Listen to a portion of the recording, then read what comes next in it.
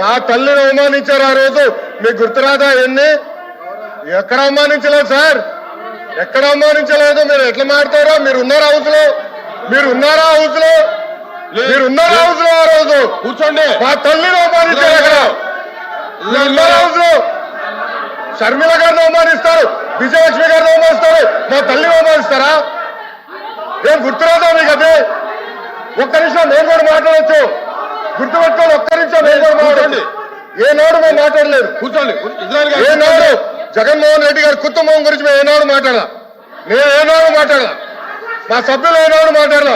కూర్చోండి. శాసనసభ సాక్షిగా మా తల్లిని అవమానిస్తే కూర్చోమంటారా? కూర్చోమంటారా?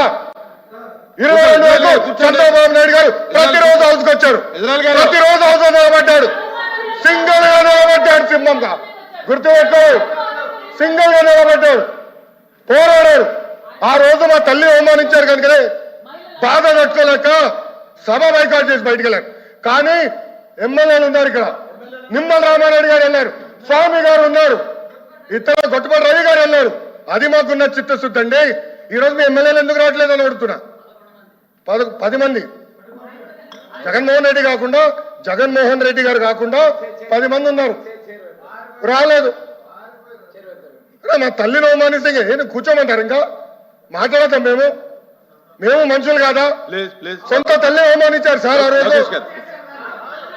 మాడుకున్నా కూర్చోమంటారు? అయితే తెలియకుండా ఏదంటే అది మాడితే ఎట్లా అధ్యక్ష?